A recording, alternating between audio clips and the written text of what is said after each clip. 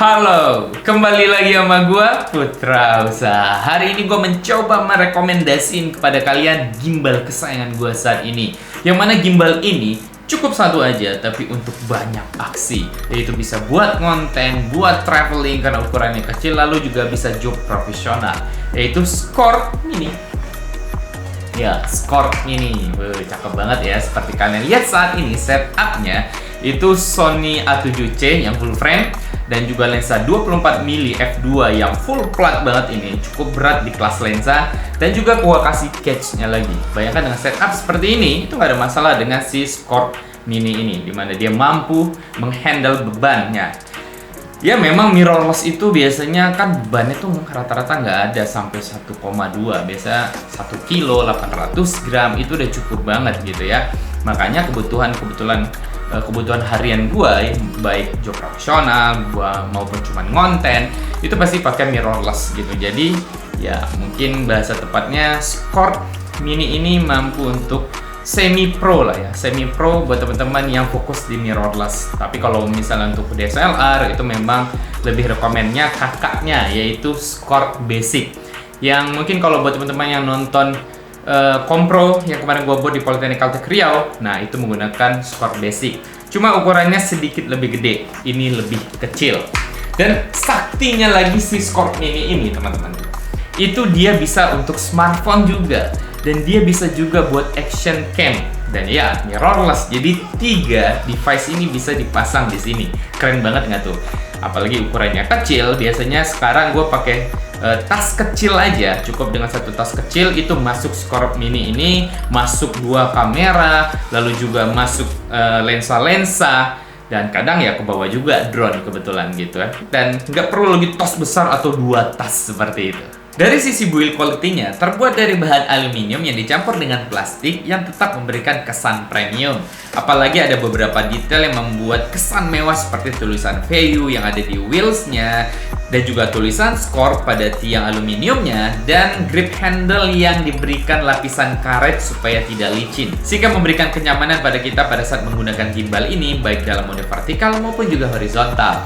Maksimal dari payload gimbal ini adalah 1,2 kg, yang mana memang difokuskan untuk mirrorless maksimalnya, seperti Sony A7C gua, atau mungkin pengguna A6000, 6300, pokoknya mirrorless lah. Yang mana biasanya berat kamera dan lensa itu tidak sampai 1,2.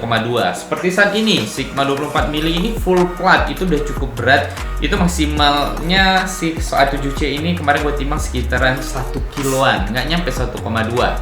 Apalagi kalau misalnya pakai lensa-lensa yang lebih seperti ini, Samyang, yang materialnya terbuat dari bahan plastik, jauh lebih ringan lagi. Nah, buat kalian pengguna mirrorless, sebenarnya Scorp Mini ini sudah mampu untuk job profesional. Tapi dengan catatan jangan gunakan lensa-lensa yang terlalu panjang ya, karena panjang lensa juga akan berpengaruh terhadap pada saat melakukan balancing. Nah, gue juga nyaranin buat kalian, misalnya kalau mau menggunakan ini sebagai job profesional, mungkin kalian bisa beli lagi rig yang digunakan oleh Scorp Basic, atau rig seperti ini lebih panjang, karena bawaan Mini itu lebih pendek, sehingga nanti misalnya kalau kalian pada saat melakukan balancing tilt, itu kadang kita butuh yang lebih mundur. Nah, itu butuh yang rignya lebih panjang seperti ini.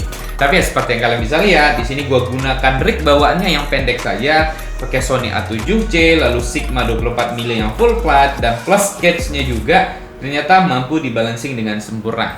Yang membedakan gimbal VU series Scorp dengan gimbal-gimbal lain adalah posisi underslung-nya atau handle tambahannya ini. Kalau gimbal-gimbal lain kan terpisah, itu akan bongkar pasang pasangnya bikin repot lah menurut gua. Kalau dia sudah menyatu seperti ini, dan yang paling plusnya lagi adalah dia sudah diberikan monitor yang sudah touchscreen juga. Ini akan mempermudah kerja kalian. Kalau gimbal lain itu biasanya letaknya di sini, di bawah di sini. Kalau kalian misal pegang gimbalnya begini, ini biasanya terhalang nih. Ya, terhalang dan terganggu. Kadang kalau jenis yang touchscreen itu nanti modenya atau gerakan gimbalnya terganggu lah seperti itu. Nah, bedanya di seri VU Scorp gitu, itu sudah ada di sini monitor ya, sehingga misalnya kalau kalian dalam mode seperti ini, untuk low angle seperti ini gitu ya, kalian bisa cukup dengan satu tangan untuk merubah mode-modenya. nyaman banget kan, sembari begini kalian bisa ganti mode, kalian bisa mau ganti-ganti fitur, misal mau ke FPV, POV seperti itu nyaman tanpa harus kayak tangan panik gonta-ganti seperti itu memberikan kenyamanan yang luar biasa menurut gua. Fitur ini penting banget.